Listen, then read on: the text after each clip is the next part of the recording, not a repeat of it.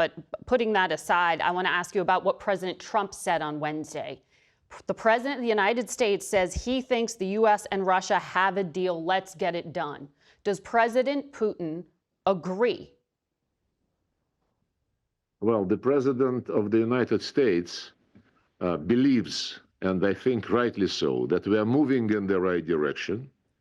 The statement by the President mentions a deal, and we are ready to reach a deal, but there are still some specific points, elements of this deal which need to be fine-tuned, and we are busy with this exact process. And the President of the United States did not spell out the elements of the deal, so it is not appropriate for me to do this.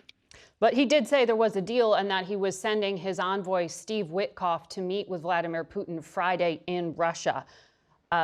Is that meeting still happening? And should we expect a deal this week? Well, you don't trust the word of the President of the United States? I was asking your president's word. What will he tell the U.S. envoy? We continue our contacts with the American side on the situation in Ukraine.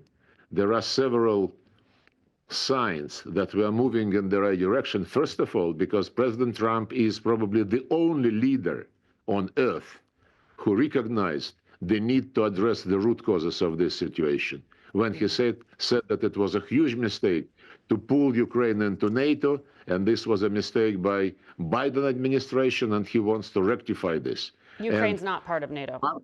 Marco Rubio expressed yesterday, I think, also the assessment that the American team now is getting a better understanding of the Russian position and of the root causes of this situation. One of these root causes, apart from NATO and creation of direct military threats to Russia just on our borders, another one is the rights of the national minorities in Ukraine. Mm-hmm. Everything Russian, media, education, culture, anything was prohibited by law in Ukraine.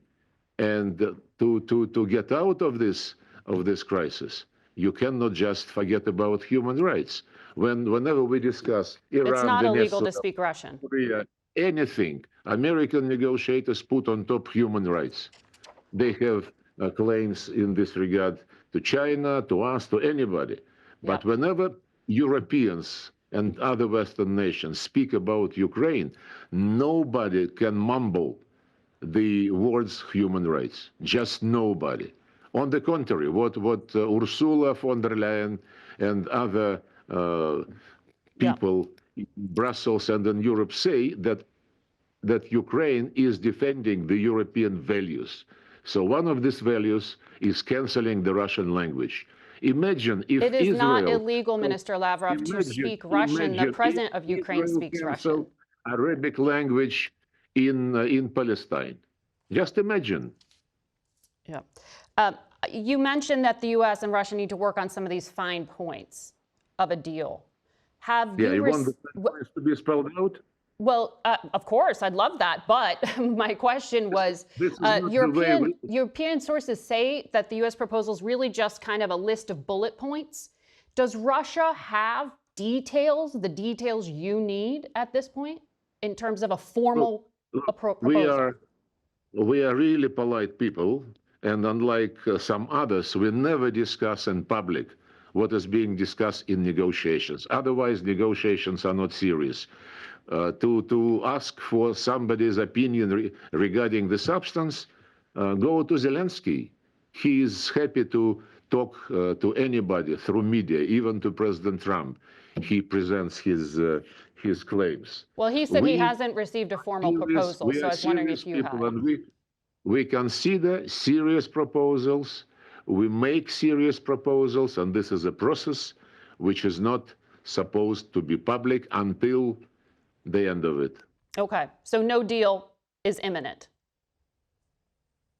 I didn't say this. Now I understand, by the way, why you wanted to get brief answers to your questions. You want some slogans to be. No, the President of the United States said there was a deal with Russia. So I wanted to ask Russia if there is a deal with the United States. So I just want to be clear. We made our comments on this statement. The negotiations continue, and until the end of the negotiations, we cannot disclose what it is about.